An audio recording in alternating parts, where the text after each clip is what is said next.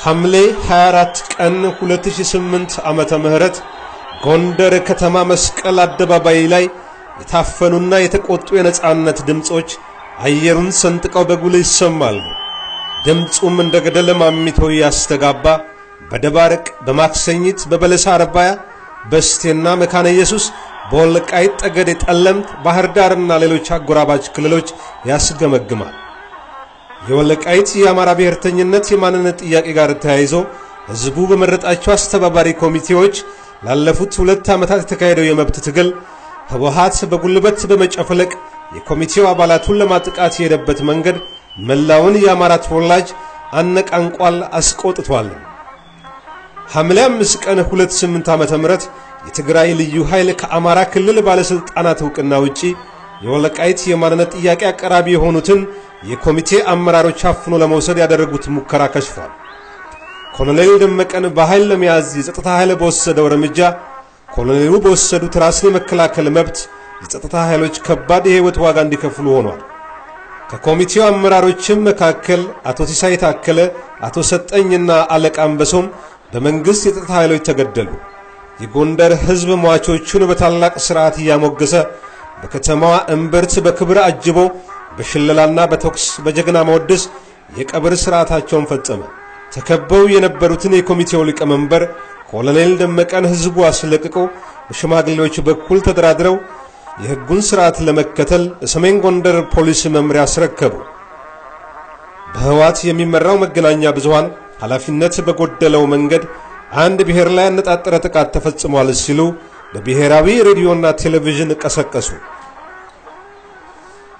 ህዝቡንም ሽብርተኛ ሲሉ አወገዙ።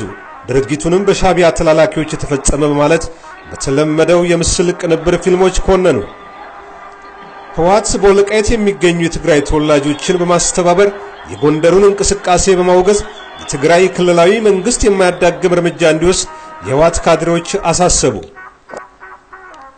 ይሁንና ይህን ሁሉ የቻለው የጎንደርና አካባቢው ህዝብ ሐምሌ 5 በጎንደር ከተማ ከተካሄደው ያለሞት ባይ ተጋዳይ ፍልሚያ በኋላ 19 ቀናትን ጠብቆ ህዝባዊ የተቃውሞ ሰልፍ ጠራ።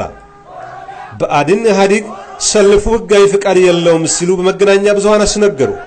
ህዝቡ በመላሹ ሰልፍ ለማድረግ እናሳውቃለን እንጂ የእናንተን ፍቃድ አንጠብቅም ሲል አስጠነቀቀ። ሰልፉ እንደሚደረግም አሳሰበ።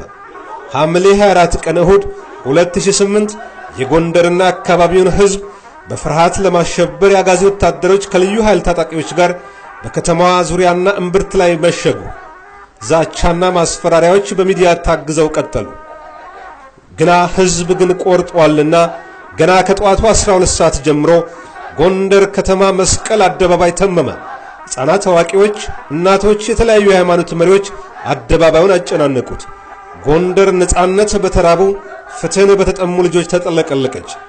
የኢትዮጵያ ሰንደቅ ዓላማ የተቃውሞ ሰልፈኛውን በቀስተ ደመና መልህቅ ምልክት አጥሮት ልዩ ህብረ ቀለም ፈጠረ። የወጣቶቹ ጥልቅ አገራዊ ስሜት ነደደ። ቁጭት፣ ጥቃት የወለዳቸው መፈክሮች ተሰሙ። የታሰሩ የወልቃይት ኮሚቴዎች በአስቸኳይ ይፈቱ፣ የሻቢያ ተላላኪ ህወሓት እንጂ ወልቃይት አይደለም፣ አማራ ኢትዮጵያዊ ነው፣ ኮሎኔል ደመቀ በአስቸኳይ ይፈታ፣ ለሱዳን የተሸጠው ድንበራችን በአስቸኳይ ይመለስ፣ በከንቱ የፈሰሰው የኦሮሞ ወንድሞቻችን ደም የኛም ደም ነው፣ ጠላታችን ህወሓት እንጂ የትግራይ ህዝብ አይደለም የሚሉና ሌሎች የአፈና ሥርዓቱ እኩይ ተግባሮች ተወገዙ። የጎንደሩ የተቃውሞ እሳት በሌሎች ከተሞችም ቀጥሏል። በማክሰኝት፣ በምዕራብ በለሳ፣ በምዕራብ እስቴ፣ ምዕራብ በለሳ አርባያ፣ ምዕራብ እስቴ መካነ ኢየሱስ ተፋፍመዋል። እስቴዎች ለቀጣዩ እሁድ ነሐሴ 1 ቀን 2008 ለሌላ ተቃውሞ ቀጠሮ ይዘዋል።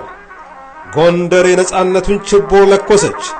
ይህም የኢትዮጵያ ትንሣኤ ብስራት ዋዜማ ነው የሚሉት የሰልፉ ተሳታፊዎች ለኢሳት የሰጡት ቃል ያረጋግጣል።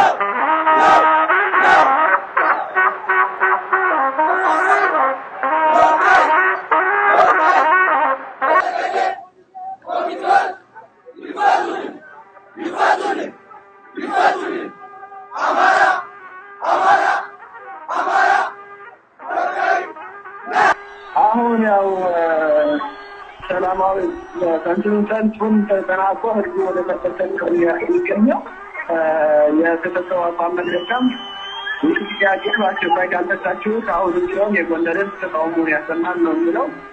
የወልቃይት ጥያቄ ተደብሎ እንዲመለስ በአስቸኳይ የወልቃይት ጠገዴ ምንም ለድርድር ሳይቀርብ ማንነት ነው ማንነት በደም ስለሆነ በአስቸኳይ መፍትሄ እንዲሰጠው የሚል አቋም ተይዞ ነው ህዝቡ አሁን እጁን ብቻ በነፃነት ብሎ እያውለበለበ ይገኛል። ምንም እንትና እኛ ነፃነን እኛ አሸባሪዎች አይደለንም ሚዲያው ይከታይ ይከንደኝ አውለብለበ ነው የሚገኘው። በሰልፉ ላይ የተነሱ ጥያቄዎች ምንድናቸው? መፈክሮችና ጥያቄዎች በሰልፉ ላይ የጠየቁት እንትን አንደኛ የወልቃይት የአማራ ነው፣ ወልቃይት የአማራ ነው ለድርድር አይቀርብም። ሁለተኛ የታሰሩ ሰዎች ይፈቱ። እንዲያው የታሰሩ የወልቃይት ኮሚቴ የሙስሊም መፍትሄ አፈላላጊ ኮሚቴዎችና የኦሮሞ ህዝብን የሚጨፈጨፈውን የእኛም የኦሮሞ ህዝብ የተጨፈጨፈው የእኛም ስቃይ ነው፣ የእኛም ህመማችን ነው። ስለዚህ ይህ ይቁም እየተባለ ነው የሚገኘው። በሌላዎች ለሐምሌ መንግስት በወሰደው እርምጃ ሰላማዊ ሰዎች የሞቱትን አሁንም ቢሆን ካሳ ሊከፍል ይገባል። የትግራይ ደንበሩ ተከዜ ነው፣ ከዛ ተሻግሮ አያውቅም። ጠላታችን ህወሓት እንጂ የጎንደር ጀግኖች አይደሉም። መፈክሮችን እያየው ነው ያነበብኩ ያለው። ወንድሞቻችንን ይፈቱ። አማራነት የለም። አማራ ኢትዮጵያዊ ነው። አማራ ዘረኝነት አጥብቆ ያወግዛል። የትግራይ ህዝብ ወገናችን ወንድማችን ነው። የህወሓት አፋኝ ቡድን ግን የህወሓት አገዛዝ ትግራይ እንጂ ትግራይ ወደ ተሻግራ አያውቅም የሚል መፈክር እንደማለት በጣም ሁኔታ ሰልፉን እያካሄደ ነው የሚገኘው። የአቋም መግለጫና የተጠየቁ ጥያቄዎች አንደኛ የሱዳን ደንበራችን ከልልን ሱዳን መሬታችንን አቆርጠን አንሰጥም፣ ወልቃይት ጠገዴ ወደ ነበረበት ወደ ባህልና ማንነቱ የሚያንጸባርቅበት ማህበረሰብ ሲቀላቀል እና ወንድማገ እንደዚህ አይነት መፈክሮችን ይፋ ሆነው ዛሬ በሰላማዊ መንገድ ተቃውሞ ያሰማ የዋለ ጎንደር አሸባሪ አይደለም።